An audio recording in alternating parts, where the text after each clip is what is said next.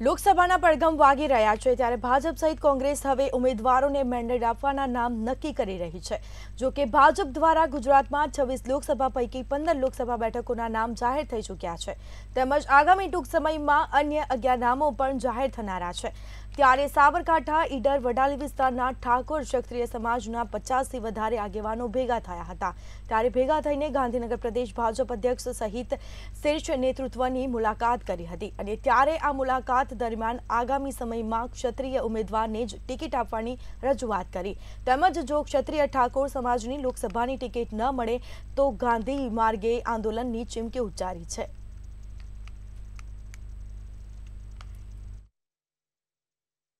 ઠાકોર સમાજના આગેવાનો 45 થી 50 માણસો અમે કમલમ ખાતે ગયેલા પ્રદેશ અધ્યક્ષ સી આર પાટીલ સાહેબને મળેલા અને પ્રદેશ મહામંત્રી શ્રી રજનીભાઈ પટેલને પણ મળેલા। અમે ક્ષત્રિય ઠાકોર સમાજના અમારા અરવલ્લી જિલ્લાના અને સાબરકાંઠા જિલ્લાના 7 લાખ મતદારો છે। 7 લાખ મતદારોના હિસાબ અનુસંધાને અમે ક્ષત્રિય ઠાકોર સમાજને ટિકિટ મળે એના માટે અમે રજૂઆત પણ કરેલી, લેખિત રજૂઆત પણ આપેલી। એમને અમારી અરજીને ધ્યાને લઈ એમને કીધું કે ભાઈ અમે પાર્લામેન્ટ બોર્ડમાં અમે રજૂઆત કરીશું પણ એ સત્વરે બોર્ડમાં રજૂઆત નહીં કરે તો અમે ઈડર સાબરકાંઠાના અરવલ્લી જિલ્લાના ઠાકોરો આખું એક મોટું મહાસંમેલન કરવાના છીએ। અમે આજ રોજ ઈડર વિધાનસભાના ઠાકોર સમાજના 40 થી 45 માણસો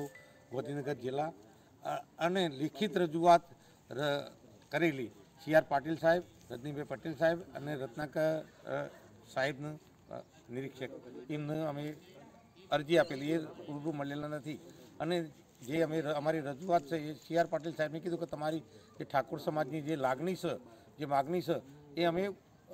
ઉપર પાર્લામેન્ટરી મોડમાં પહોંચાડીશું એવું મને અમારા ક્ષત્રિય ઉમેદવારનું પ્રાધાન્ય મળે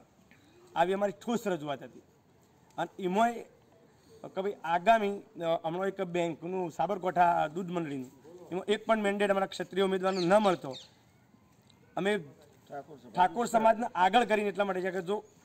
દૂધ મંડળીમાંથી છટકી ગયા છીએ તો ફરીથી આ લોકસભામાં ના છટકી જઈએ એટલા માટે અમે બધા સજોડે આજે 50 આદમી ગયા હતા તો આગામી 2 દિવસ પછી 100 આદમી જઈશું।